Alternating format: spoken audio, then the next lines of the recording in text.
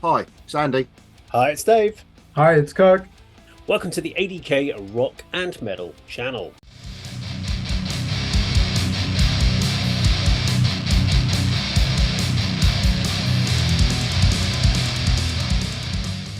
Okay, so today's video we are going to be checking out a band called Massacre Conspiracy. Kirk, heard of them? No, but they sound like they're from the Far East. Okay. Am I right in thinking Massacre Conspiracy? Quite possibly. I can't actually remember, to be honest. I'll have to double check in a minute. Andy, good or a band name? I'm with Kirk. It's one of these where they've looked through the English dictionary to find let's find some cool words to piece together. It almost works, but I don't think it quite does. But again, it gives you an indication of what we're going to hear. And this time I'm going to go for more raw, brutal death metal like we had on the previous video from Godless Symptoms, which you'll find on the channel as well. But what do you reckon, Kirk? I'm with you on this. I'm going to go for more of a blast beat orientated, chugging death metal type band. Death metal from you, okay. Andy, what did you reckon? No, I'm going to go with raw, simple black metal. Okay. No, not black metal, death metal. Death metal. I have heard a little bit of it, so I can't really say. So I already kind of know what the genre type thing is. I agree about the name, though. I think they're trying to be way too much on the nose here. They are trying to be too controversial, raw, and they're not being clever enough with the name, I think. Massacre Conspiracy. They're like, oh yeah, two really powerful. You can't have two powerful words. You need to have a subtle word in there to make it work. Massacre of something. Massacre of light, or Massacre of the Conspiracy of theory, or something. What is a massacre conspiracy? You might have a conspiracy to massacre. Yeah. Something, like ethnic cleansing, a population, an individual, but maybe they're talking about there was a massacre and then there's a conspiracy behind it afterwards, but it's too for me. It's a little bit that you can't have two on the nose words. You have to have a subtle word to back up the main on the powerful word. You can't have two powerful words. It's too many. As we're saying, we're like, is it a conspiracy or is it a massacre? We're spending way too much time talking about a band name here. One final point, Kirk, your phrase. One final point. Do you find though, after a band has been established and got a few albums out there, and they're known to the the metal public, you don't do this as much. You don't sort of break down the meaning of the words and what it means or whether they go together. It's just the name of that band who released that album that you like. Yeah. I can't really give you an example. I can. Nightwish. That's a stupid fucking name.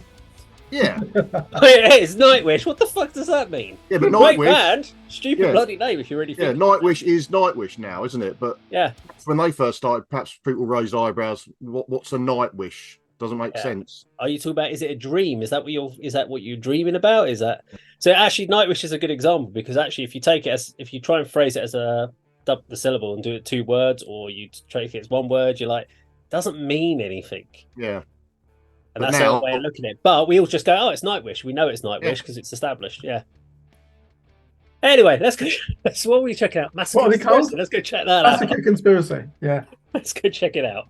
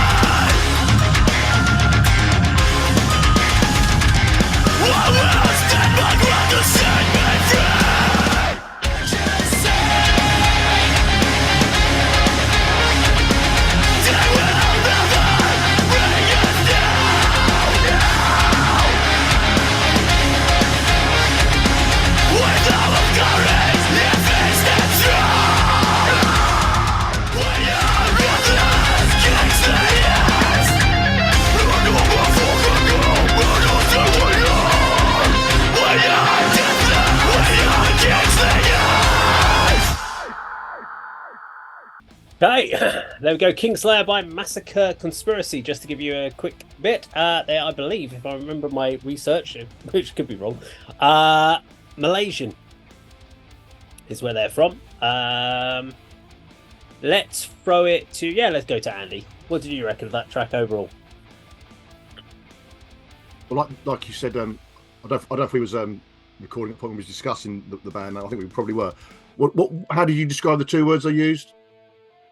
They're both kind of like I would call them as both the power titles. Yes. So they are your key title. Yeah, you can't have two powerful words together. I mean, you got a powerful song title as well, haven't you? There, Kingslayer. That grabs your attention. No idea what the lyrics were, relating to that, but it's a good title for a song, good title for a band. Yeah. The sort of look of the video, the word I got from that was oppression. I like the sort of masked figures, the cowled figures, the sort of almost sort of slavery that was highlighted with sort of like the chains and everything as well, and the unmasking of one particular figure.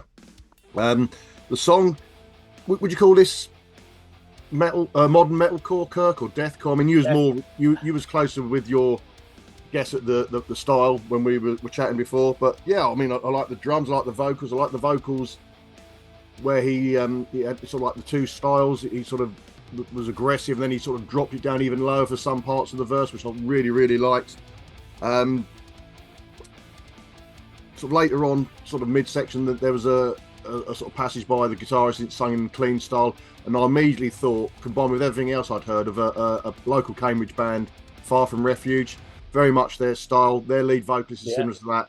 Their additional vocalist on guitar sounds very much like that guy as well. But yeah, another enjoyable track. Something I'd like to listen to again and find more about.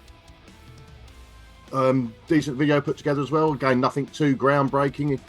I like the individual performances on the white stage, interspersed with the sort of elements of a story. But yeah, good piece of work. Enjoyed it.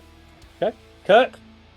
It started off well enough. It had a hardcore aggression to it, didn't it? But I really detest that melodic death metal sound that they brought in towards the end. To me, that is the most generic, boring form of extreme music. I know that sounds like a paradox that I've just described there. I can see, I'm just on the Wikipedia page, I can see that they supported As I Lay Dying on the sort of the Far East or East Asia in 2020, and you can certainly hear their influence on it. Just as I was about to switch off, though, I did like that neoclassical guitar pattern that came in, after the transition to clean vocals. There was a lot going on there, actually, wasn't there? If you were to give me an album from these by track 3, I probably would have just switched off, because once you've heard this level of adrenaline, nothing's going to change, and you get into a bit of a comfort zone, don't you? So it's a good job that those vocals were so aggressive and in your face and confrontational for the majority of that song, because it wouldn't really have held my attention otherwise. I did like the drum production though.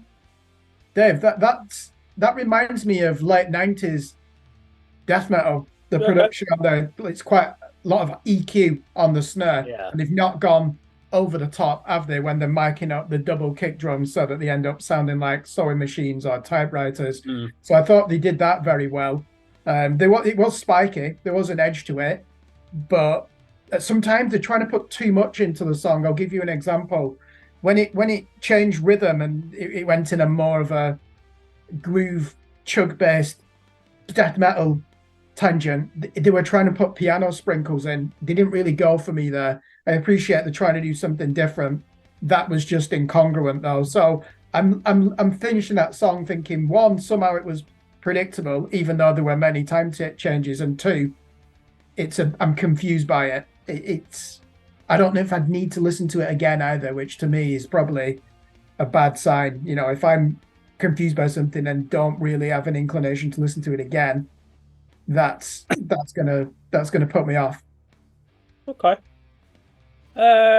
I can see what you're saying, Kirk, on that one. I actually disagree with it, but only because of how I felt at the end of the song. But by the halfway point of that song, I was feeling exactly how you were feeling there, about like, okay, there's just too much, and it's too much high energy, and there was just too many different things going on, the way I would put it is they're trying to be all things to everyone. They've got thrash in there, they've got death, they've decided to put some keyboard symphonic-y, like classical keyboards in there. Then they're trying to do the metalcore clean vocal bit going on. Then they're trying to do a break. They're trying to do too many different things. And sometimes you're like, guys, just strip some of that out and just kind of take it back to its core and focus on that. And there'll be a good 3-minute song in there somewhere. I was going to line up for that. But I actually then got to the end of the song. I went, do you know what? Because initially when those keyboards came in, I'm like, these keyboards are just not working. Either the tone they've used or what they're trying to do. I don't get why he's putting these sprinkles and these piano bits, because they're so, you can hear them, but they're not prominent enough to be like a lead part. They're not subtle enough because they're not just holding keys and doing like chords. He's actually trying to play like a lead melody, but they don't sound quite right.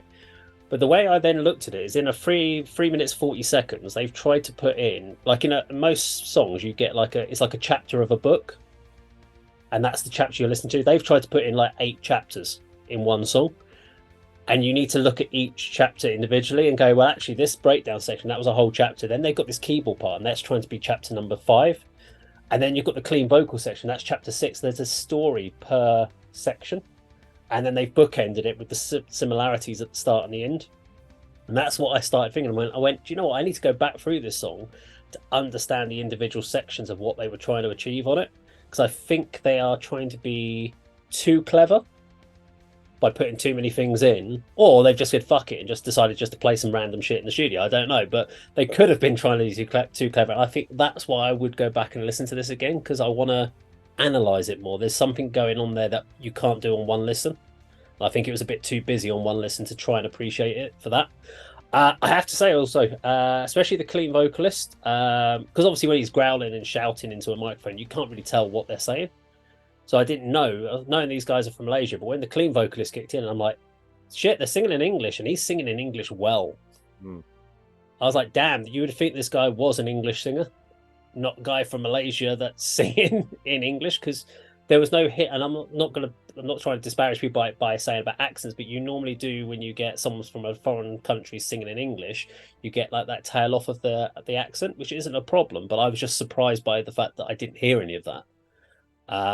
So just well done to the guy for the clarity on his vocals on there. And then I noticed straight after that, then I started listening to the growly vocals and going, is he in English as well? I was like, fucking hell, he is. So just well played to them. Liked the video. I think it's about, as you said, it's about oppression. I think it's about political speech. I think is what this is about. It's an anti-government one, because I saw the bit where the guy was holding on to books and they had chains across his hands. So it's almost about, you're not allowed to read this, you're not allowed to write, you're not allowed to have an opinion. So that's what I kind of took away from that. The books were being held down, the chain down, your hands are across the books. So there were some quite clever shots done, and they were all done on that white stage as well. So they just shot everything in one white sound stage, which I thought was a good way of doing it as well. So a lot to digest on that particular track, but thoroughly enjoyable for me. Dave, do you think, following what you summarised, do you think there's perhaps too many songwriters in the band? Do you think the keyboard player wasn't happy with just playing hanging chords with his fingers on the keys and just accompanying the music? Do you think, I'm going to have a little lead melody in here, whether you like it or not? I'm pulling rank here. I'm going to stick my little... Because you're absolutely right. It was there, but it wasn't prominent enough to add to the song. Whereas, I don't know the terminology, but if he's just holding down, the keyboard chords and just having that sort of almost, it's almost like a riff and an accompaniment to the other instruments. That's not as in your face, but it brings more to the song.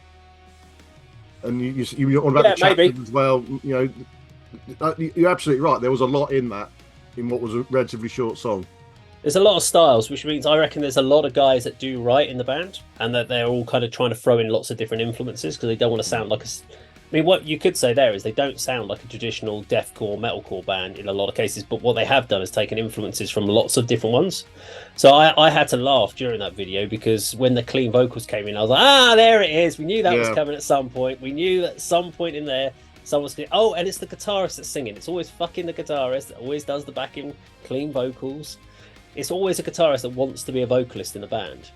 but can't do guitars and vocals full time, so he gets to do backing vocals. I just knew that was coming, and it made me laugh because it was so obvious that was going to happen. Yeah, I think there's a lot of influences. I like that because then it doesn't sound just too one-dimensional. But sometimes you've got to be careful that people sometimes have to take a seat back and go, do you know what? This isn't your song.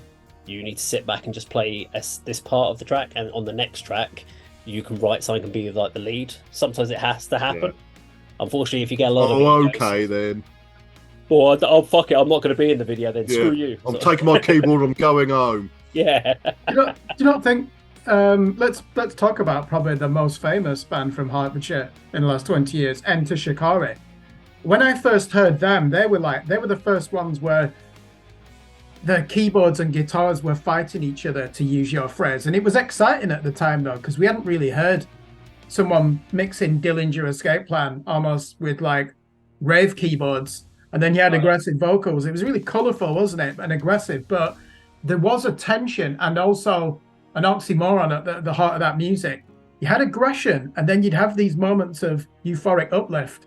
And when bands like As I Lay Dying introduced that into a heavier template, at first it was fresh, but you just said then we were waiting for it, and we're almost sniggering because here it comes, the clean vocals. It probably is that unresolved tension where you've got murderous aggression, and you just don't really want. It's not a case you're not expecting it. You don't want there to be a moment where they're chasing euphoria, because when you're trapped in that and you're just up against it, trapped in a corner, you want that music to just keep hitting you, don't you? And to invigorate, and it doesn't when it comes to that moment. It doesn't offer you any respite either. So it not only has it become a cliche, it's still an unresolved dilemma in this type of music. There we go. We're just going to leave it on Kirk's statement. I don't even know if I can delve any deeper into that one. But I agree with what you're saying. Yes, there is an element that we need to. You could delve into that. Massacre Conspiracy then. Kingslayer. If you like this video, please do like, share, and subscribe, and we'll see you on another video sometime very soon. Take care.